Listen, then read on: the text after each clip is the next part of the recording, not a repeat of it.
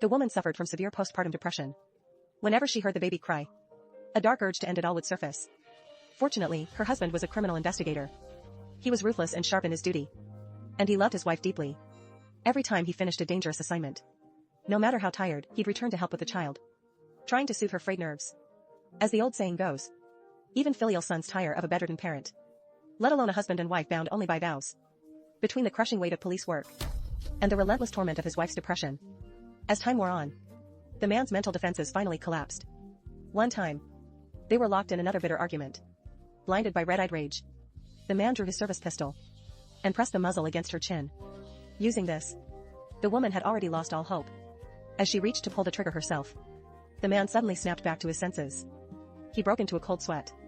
At that critical, hair-trigger moment, the man's apprentice burst through the door upon hearing the commotion, discovering the child had a high fever.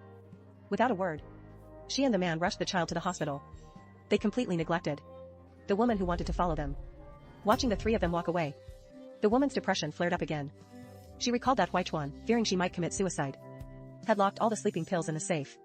She tried entering hers and her husband's birthdays, then the child's, but none would unlock it. Acting on a gut feeling, she entered the apprentice's birthday. To her shock, it opened immediately. What shattered her even more was that inside the safe, alongside the pills, was a note. After taking them, death follows within 3 minutes. The cause of death will be ruled as an overdose of sleeping pills. But, Sousy, it will be very painful. She takes a moment to steady herself. The realization hits her like a thunderbolt. Her husband had been planning to kill her all along. Yet, she can't bring herself to blame him.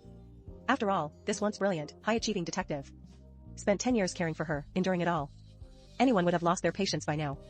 Then, seeing his apprentice holding their child, it suddenly occurs to her that the husband, the girl, and the baby look more like a family than she ever did. In a moment of delirium, she puts on makeup for the first time in years. She swallows the pills and lies in bed, waiting for the end. Suddenly, her feed shows friends sending digital roses for prosperity, promising endless wealth in the coming days, wishing her good luck and the fulfillment of all her dreams. But when the man returns home, she realizes she isn't dead, she has become a spirit. The man walks right through her, unaware. He thinks she's just asleep, so he doesn't want to wake her. He turns away and goes back to work. It isn't until the following afternoon, when he notices she hasn't reached out to him, that he finally starts to panic. He runs into a woman selling vegetables on the street. The vendor says she hasn't bought groceries in days. She's worried her condition is getting worse. As her husband, you should be looking after her more. That's not it. She's prone to accidents. He didn't expect that remark to set the man off. He roared that her depression was all an act. His apprentice had long since proven the medical records were forged. Sister-in-law. There was never any depression to begin with. The wife's spirit was stunned to the core. But I got those papers from a legitimate hospital. How could they be fake?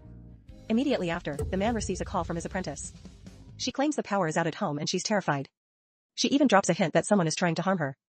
Just like last time, sister-in-law. She sabotaged my wiring. Open the Simi TV app and watch the full series now.